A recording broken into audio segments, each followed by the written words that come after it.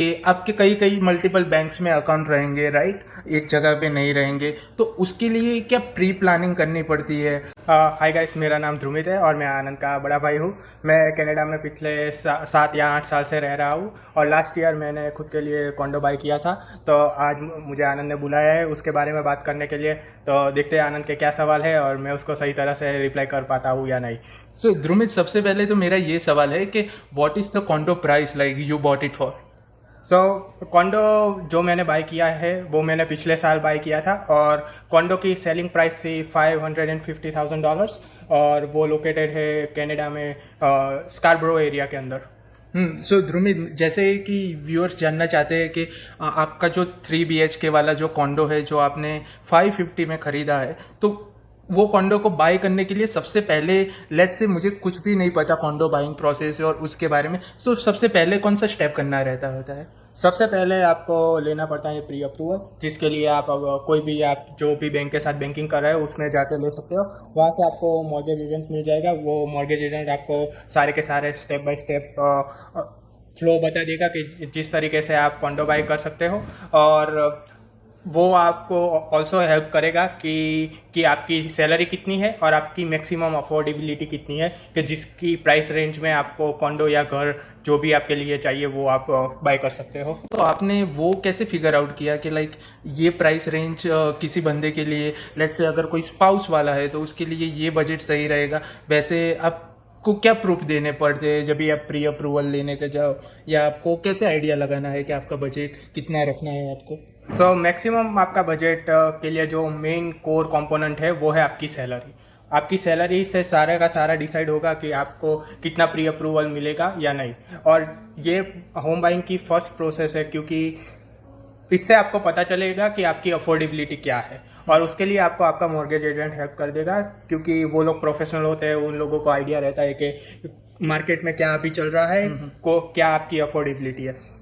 क्योंकि इसमें क्या होता है कि बहुत सारे फैक्टर्स इम्पेक्ट करते हैं। जैसे कि आपने कार ले रखी है और कार के लिए आपकी ईएमआई जा रही है, ठीक है, तो वो आपका ईएमआई हर मंथ जाता होगा। तो वो आपकी जो टोटल सैलरी जो आपकी इन हाउस आती है उसमें से वो जितने भी मनी आप स्पेंड करते हो आपके कार के पेमेंट के लिए वो कम हो जाएंगे। तो इसमें बहुत सारे फाइनेंशियल इम्पैक्ट होते हैं जिसके बेसिस के ऊपर आपकी फाइनल जो अफोर्डेबिलिटी है वो कैलकुलेट होती है। पर आप रफ नंबर लेने जाइए तो रफ नंबर आपका 5 टाइम्स ऑफ योर सैलरी। अगर आपकी 1 लाख की सैलरी है तो आपको 5 लाख तक का मॉर्गेज मिल सकता है। अच्छा। So it's just a rough estimate, but आपका जो भी करंट डेप्थ है उसके अकॉर्डिंग कम ज़्यादा हो सकता है। अभी जैसे कि हम जानते हैं कि यहाँ पे 2-3 बंदे इन्वॉल्व रहते हैं, जैसे कि आपको रियल्टर मिल गया जो आपको घर दिखाने के लिए प्रोसेस में मदद करेगा, फिर उसके बाद आपको मॉर्गेज एजेंट मॉर्गेज के लिए हेल्प करेगा, और अभी आपका प्री अप्रूवल हो गया, आप बैंक में चले गए, आपने अपनी सैलरी स्लिप और सब कुछ दिखा के डॉक्यूमेंट से मॉर्गेज का अप्रूवल ले लिया, फिर आपने व्यूइंग स्टार्ट कर दी। अब आपको घर भी पसंद आ गया, तो फिर उसके बाद के स्टेप्स क्या है? सबसे टफ स्टेप जो है प्रोसेस में वो है घर फाइंड करना आपके लिए। क्योंकि आप जब घर देखने जाते हो तो आप बहुत सारी चीज़ें ध्यान में रखते हो कि लोकेशन क्या है, उसका प्राइस रेट क्या है और वो सब। एक बार घर आपका फाइनल हो जाए उसके बाद प्रोसेस काफ़ी सिंपल है, क्योंकि आपके पास ऑलरेडी प्री अप्रूवल है। तो आपका मॉर्गेज कैसा होगा, कितने आपके मंथली पेमेंट आएंगे और वो सब वो आपको पहले से ही पता है। और मेन चीज़ है कि जब आपका जो भी बंदे से आप घर बाय कर रहे हो, ठीक है, वो और जब आप ऑफर देते हो उसे, उसमें क्लोजिंग डेट भी लिखी होती है। क्लोजिंग डेट मतलब उस दिन से ये घर आपका हो जाएगा, नॉट कि जो आपको सेल कर रहा है उससे। तो पहले तो क्या होती है प्रोसेस कि आपको कोई भी घर पसंद आए तो उसके ऊपर आपको बीट रखनी पड़ती है कि ये घर तुमने इतने में रखा है, मुझे इतने में चाहिए, अगर तुम देना मुझे चाहते हो तो। फिर वो बायर होता है, जो सेलर होता है, उसके पास 2 या 3 दिन का टाइम आपको नॉर्मली ऑफर में देना होता है। उसमें वो आपको बताएगा कि वो आपकी ऑफर एक्सेप्ट करता है या नहीं। एक बार अगर आपकी ऑफर एक्सेप्ट हो जाए उसके बाद जो आपने क्लोजिंग डेट लिखी है आपकी ऑफर के अंदर, उतने दिन में आपको अपना सारा मॉर्गेज अरेंज करना पड़ता है और आपको पैसे देने होते हैं जो सेलर है उसको। एक बार सेलर के अकाउंट में सारे के सारे पैसे आ जाए उसके बाद घर आपका।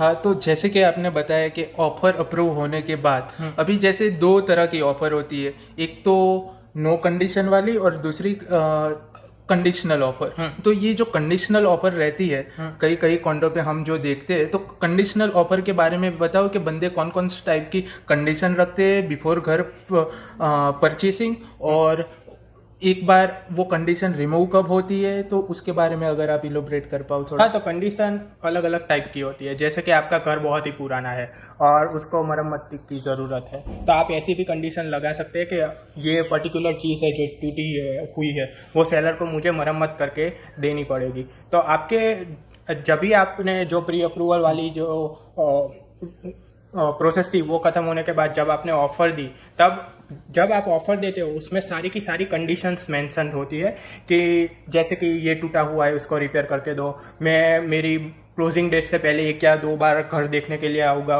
और अगर मुझे पसंद पड़े तो ही मैं लूँगा।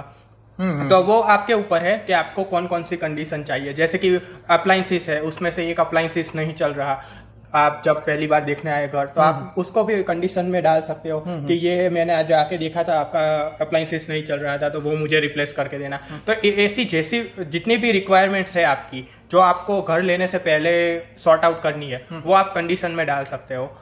और कंडीशन में डालने के बाद आपको सेलर बोलेगा कि ओके, तुमने ये कंडीशन डाली थी तुम्हारे ऑफर लेटर में, वो मैंने रिजॉल्व कर दी है। तो जैसे कि अप्लायंस टूटा हुआ है आपका, तो वो बोलेगा आपको कि ओके, तुम्हारा माइक्रोवेव टूटा हुआ था, तो मैंने लाके नया माइक्रोवेव रख दिया है घर में, तुम जाके चेक करके आओ। तो उसके वो हो जाने के बाद आप कंडीशन रिमूव कर सकते हो वो आपके ऑफर में से। तो ऐसे के सारी कंडीशन रिमूव होने के बाद आप आगे बढ़ सकते हो। कंडीशन रिमूव करके आपने आपकी ऑफर अप्रूव हो गई, फिर जो पैसे ट्रांसफर करने रहते हैं कि आपके कई कई मल्टीपल बैंक्स में अकाउंट रहेंगे, राइट, एक जगह पे नहीं रहेंगे, तो उसके लिए क्या प्री प्लानिंग करनी पड़ती है? लेट्स से आपने टैक्स फ्री सेविंग अकाउंट में डाले हैं, आरआरएसपी में सेविंग के लिए डाले हैं, एफएचएसए में सेविंग के लिए डाले हैं, तो वो सारी प्रोसेस आप कैसे मैनेज की आपने अपने होम बाइंग प्रोसेस में? तो वो सारी प्रोसेस में ऐसा होता है कि आपका सारे के सारी मनी कहीं ना कहीं पे पार्क है, तभी आप घर खरीदने के लिए निकले हो बाजार में। तो आपको, और आपके पास आपकी डेडलाइन भी ऑलरेडी डिसाइड है जब आपने ऑफर दी तब। तो आपको क्या करना होता है कि आपको मेक श्योर करना होता है कि आपके जितने भी बैंक में अकाउंट है, जहाँ से भी आपको मनी ट्रांसफर एक ही बैंक में करना है, तो आप उस बैंक से बात करो और वो आपको बताएगा कि ओके, विड्रॉल की प्रोसेस क्या है, क्योंकि हर बैंक की विड्रॉल प्रोसेस डिफरेंट होती है। तो जब भी लाइक बेसिकली आपको स्टार्ट करना है अपनी बैंक से बात करने के लिए, वो आपको बताएगा आपको क्या फिलअप करना है लाइक। और इस प्रोसेस में लॉयर आपकी कैसे मदद करता है? लॉयर बहुत ही इंपॉर्टेंट पार्ट है जो ये ट्रांजैक्शन होता है उसके लिए, क्योंकि उसमें क्या होता है कि जो भी आपके फंड्स है वो सारे के सारे पहले ट्रांसफर होते हैं लॉयर अकाउंट में, जो आपका लॉयर है, विच कॉल्स बायर्स लॉयर। एक बार बायर्स लॉयर के खाते में पूरे के पूरे पैसे आ जाए, उसके बाद वो ट्रांसफर करता है सेलर के जो लॉयर है उसके अकाउंट में। तो आपके लिए जो सबसे इम्पोर्टेंट डे है वो है आपकी क्लोजिंग डे। उसी दिन सारी की सारी प्रोसेस होती है, जिस दिन आप बेसिकली आपको क्या करना है कि आपके जो भी फंड्स जो आप डाउन पेमेंट कर रहे हो वो आपने खुद के लॉयर के खाते में पहले से जाके ट्रांसफ़र करने हैं। तो आपके इसके लिए अगर आपको मल्टीपल अकाउंट्स में विड्रॉ करके एक ही अकाउंट में सारे के सारे पैसे लाने हैं, तो आपको आपकी बैंक से बात करनी पड़ेगी, क्योंकि हर बैंक की अलग अलग प्रोसेस होती है। तो नॉर्मली एक या 2 हफ्ते में आप सारे के सारे fund able to withdraw and transfer it to the one account which you want to process with. एक बार आपके लॉयर के खाते में सारे के सारे पैसे आ जाए, उसके बाद सारी की सारी जो प्रोसेस है वो शुरू होती है आपके क्लोजिंग डे के दिन। तो क्लोजिंग डे के दिन प्रोसेस क्या रहती है कि पहले सुबह से प्रोसेस बैकग्राउंड में स्टार्ट होना शुरू हो जाता है। वो आप में भी विजिबल होगी या नहीं, आप जैसे ही अपने लॉयर से अपडेट लेते हो तो वो आपको बताएगा कि अभी कौन से स्टेज में है कौन से स्टेज में बात चल रही है। तो सुबह पहले क्या होता है कि आपने जितना भी आप डाउन कर रहे हैं वो तो आपने अपने लॉयर के खाते में ऑलरेडी डाल रखे हैं। तो उस दिन first thing in the morning जो आपकी बैंक होती है जो आपको मॉर्गेज दे रही है, वो सारे का सारा फंड इकट्ठा करती है और वो ट्रांसफर करती है जो आपका लॉयर है उसके खाते में। एक बार सारे के सारे फंड्स आपके लॉयर के खाते में आ जाए तो वो बायर का जो लॉयर है वो सेलर के लॉयर के खाते में सारा का सारा पैसा ट्रांसफर कर देता है।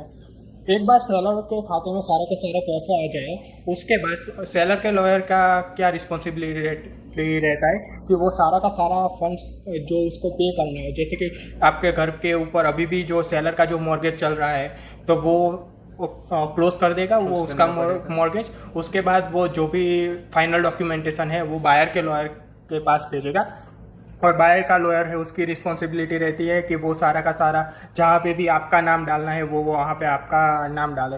नॉर्मली जो लॉयर की कॉस्ट होती है वो एक $1,000 to $2,000 रहती है, और बेस्ड ऑन लॉयर ज़्यादा या कम भी हो सकती है। पर जब भी सारे के सारे पैसे हैं वो ट्रांसफ़र हो जाता है, सभी के सभी जगह पे आपका नाम आ जाता है सेलर की जगह, उसके बाद आप उस घर के मालिक बन जाते हो, और नॉर्मली दोपहर को या शाम को आपको ये सारी प्रोसेस कंप्लीट हो जाती है। तो by end of the day आपके पास की आ जाएगी, और उसके बाद वो घर आपका है और आप उस घर में जाके रहना शुरू कर सकते हो। जैसे कि आपने बोला कि क्लोजिंग डे के एंड तक आपके पास की आ जाएगी, फिर आप रहना स्टार्ट करोगे, राइट। और अभी जैसे कि ये कॉन्डो है, कॉन्डो की अपनी मेंटेनेंस फ़ी रहती है, जैसे कि हम जानते हैं इनके कॉन्डो में 700 के करीब मेंटेनेंस फ़ी है। तो क्या आप बता सकते हो कि मेंटेनेंस फ़ी में क्या क्या कवर होता है, और ये जो मेंटेनेंस फ़ी है वो उनके मॉर्गेज के एडिशनल चार्ज है, जो आपका मॉर्गेज रहेगा वो सेपरेट रहेगा, और मेंटेनेंस फ़ी हर मंथ आपको एज अ रिकर्सिव पेमेंट आपको देनी रहेगी। तो इसमें मेंटेनेंस में क्या क्या इंक्लूड होता है? तो जब आप ओंटारियो में घर बाय करते हो तभी क्या होता है कि आपकी जो डाउन पेमेंट है उसके अलावा क्लोजिंग कॉस्ट है, जैसे कि लॉयर की फ़ी है और गवर्नमेंट के टैक्सेस है, वो आपको भरने रहते हैं। तो वो आपको कंसीडर करने पड़ेगी आपके घर प्राइस से नॉर्मली 2 to 3% एटलीस्ट, और उससे भी ज़्यादा भी हो सकते हैं। पर एक बार जो आपकी क्लोजिंग कॉस्ट है वो आपको डेफिनेटली कंसीडर करनी है आपके होम बाइंग की जर्नी में। वो ख़त्म हो जाए फिर आपकी रिकरिंग कॉस्ट शुरू हो जाती है। रिकरिंग कॉस्ट को हम क्या बोलते हैं, बेसिकली क्या है कि जो आपका जो मॉर्गेज है, क्योंकि हर मंथ आपको आपका घर सस्टेन के लिए मॉर्गेज भरना पड़ेगा, फिर आपका जो लाइट बिल है, जो वाटर बिल है, प्रॉपर्टी टैक्सेस है, ऐसे सारे खर्च होते हैं जिसके लिए आपको प्लान करने का पड़ेगा कि मंथ से मंथ आप उसको कैसे टैकल करोगे। तो नॉर्मली जब आप कॉन्डो स्पेसिफिकली रहते हो तो कॉन्डो में मेंटेनेंस फी आती है, वो is different by each condor. तो आपको जब भी आप बाय करो और ऑफर करो तभी उस ऑफर में ही वो लोग मेंशन करते हैं कॉन्डो में कि उसकी मेंटेनेंस फी कितनी है। वो वन ऑफ द मेन खर्च है, उसके अलावा प्रॉपर्टी टैक्स है, और डिपेंड ऑन योर कॉन्डो कि आपको लाइट बिल या इलेक्ट्रिसिटी बिल, इंटरनेट बिल वो सब आता होगा, तो इस डिपेंड ऑन टोटली कॉन्डो, तो आपको वो भी भरना पड़ेगा हर मंथ। तो जैसे कि मैं जानता हूँ कि आपके कॉन्डो की मेंटेनेंस भी करीबन $700 से $800 के करीबन है। आपका इसमें प्रॉपर्टी टैक्स क्या रहता है कॉन्डो में, ईच मंथ आप कितना प्रोवाइड करते हो, और उसके अलावा लाइक यूटिलिटीज के आपके कौन कौन से कितने खर्चे हैं, तो हम कैलकुलेट कर पाए कि आपका लेट्स से कि 2,000 का मॉर्गेज है और ये सारी कॉस्ट आप कितनी प्रोवाइड करते हो? जो मेरा कॉन्डो मेंटेनेंस है और 700 मेंटेनेंस में मुझे काफ़ी सारी चीज़ें मिलती है, जैसे कि जो कॉमन एरिया है यूज़ करने का वो मिल जाता है, मुझे एक पार्किंग फ्री मिलता है। पार्किंग के अलावा मुझे हीट, यहाँ पे सर्दियाँ होती है तो सर्दियों के दौरान जो हीट होती है वो इंक्लूडेड है। उसके अलावा इंटरनेट है वो भी इंक्लूडेड है मेरी कॉन्डो फी में। तो ये सारी चीज़ें इंक्लूड है। प्रॉपर्टी टैक्स के बारे में, प्रॉपर्टी टैक्स कितना आप देते हो? प्रॉपर्टी टैक्स मेरा पर ईयर का 1,200 जितना है, तो अप्रोक्सीमेटली $100 पर मंथ। अच्छा, तो 700 से 800 हो गया, क्योंकि सारी यूटिलिटीज इंक्लूडेड है। हाँ। तो उससे ज़्यादा आप यूटिलिटीज मुझे इलेक्ट्रिसिटी के लिए पे करना रहता है, वो बेस्ड ऑन यूसेज। अच्छा, तो उसके करीबन $70-80 मान लिए। अगर घर बाय कर रहे हो तो थोड़ा वेरिएशन आएगा, आप अकॉर्डिंगली कैलकुलेट कर सकते हो। तो यही सब स्टेप्स थे जिनके बारे में हमको आपसे वॉक थ्रू करना था। मैं दिल से शुक्रगुजार हूँ मेरे भाई ध्रुमित ठाकर का कि वो इस पॉडकास्ट पे आए। अपने सेलिब्रिटी लोगों को अलाउ ही नहीं करते पॉडकास्ट में आने के लिए, जो नॉर्मल बंदे रहते हैं कि जिससे अपनी वाइब मैच हो वही अलाउड है इस पॉडकास्ट में। सो थैंक यू ध्रुमित भाई, और अपना वैल्यूएबल एक्सपीरियंस शेयर करने के लिए। आई होप ये कई सारी बंदों को आगे जाके काम में आएगा।